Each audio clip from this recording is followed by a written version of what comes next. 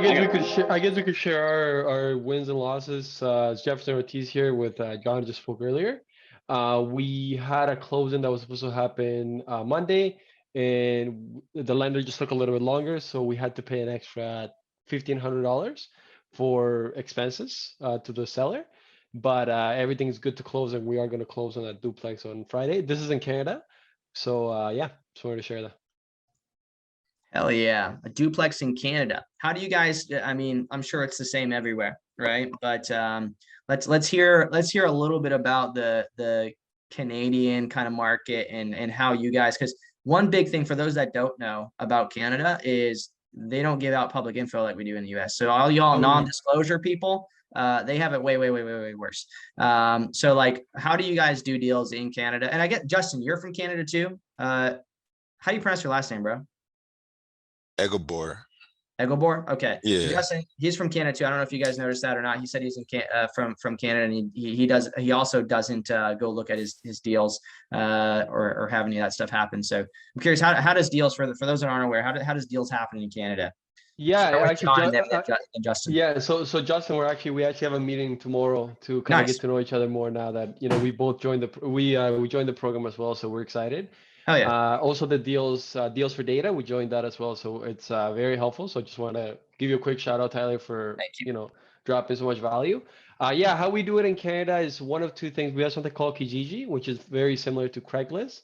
Where people, sellers will pull their house for sale by an owner, and you can kind of go in and negotiate. It is a very competitive market because they can list it it was a home market all the way up to like a month ago until interest rates went up. So, people were getting 100, 200, 300,000 over asking price. It got to a point where it was crazy. What we also do here a lot is direct mail. But basically, because we don't have that data, like you mentioned, to pre-foreclosures, vacant, all this stuff, what we do is we just send let's say 30,000 letters to a whole city, and we just expect that one of them will be motivated, although a lot of them that call in are just kind of tire kickers. So that's kind of how we've been able to do most of our deals here. I just remembered, and since we're kind of having more, I don't really know why or whatever, but REISift is a platform. Like we're getting a lot more like international type individuals from, especially from Canada. Could be because a lot of people in Canada are looking to just start closing deals in the US because of one reason or another. But I have a company that's in my software mastermind where they specialize in pulling data in Canada, and so they focus on it's kind of a little, not necessarily AI, but it's focused on vexation based stuff. So they're scraping and finding foreclosure, probates, and all these different types of things, and you can buy essentially a list from them that is like all theoretically supposed to be high motivation. I don't know what makes it that way necessarily, but I had a lot of conversations with them. They had flew into Orlando for our in-person mastermind, and I was talking with them, and we had some really good conversations, really good dudes. When we were talking about potentially opening up for REISift to allow Canadian addresses, because it's really just a zip code difference more than anything.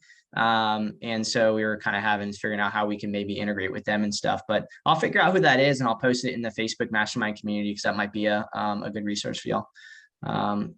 What about you, Justin? How you do deals in Canada? Do you even do deals in Canada? No, so I'm actually in St. Louis doing deals. Okay. And yeah, because I initially tried to do wholesaling in Canada, but I had learned like the US way and I tried to apply it here. And then I found out you can't, use Propstream in Canada. You can't do this in Canada. And I was like, man, well, my choice was to either go virtual or to try and learn this method. And I figured I'd rather be virtual than have to like rely on something that's solely physical. So that's why, that's another reason why I want to connect with Jefferson tomorrow, because I really want to know how they do it here, just to get a better idea of what I couldn't figure out back then. Nice. Love it. Very awesome. Question on your guys' rental side, Jefferson and John. Is it John, by the way? There's no fancy thing with the J, or is it John? Just John. Okay. I'm not quite sure. I don't want to. So you said you're from Brazil. Sometimes like Spanish, I don't understand J's in Spanish, or whatever is spoken in, or not Brazil, Colombia. Okay. how do you guys evaluate like duplexes and rentals? I mean, is it pretty much the same? I mean, do you guys look in Canada, you guys looking for the same metrics as far as like cash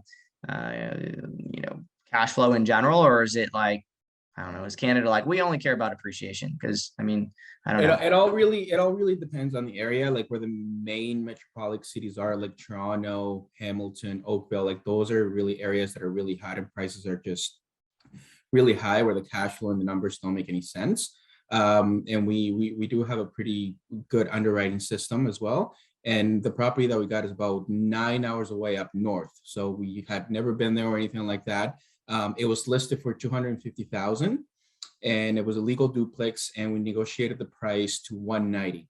And it ended up being around $1,200 cash flow a month and around 17% cash on cash. So it was a pretty good deal just to build on cash flow and just keep on building our portfolio. But yeah, that's kind of what I like from underwriting perspective in cash flowing. Deals outside of main metropolitan cities still make a little bit of sense. So yeah, that's kind of how that deal was looking like as far as numbers.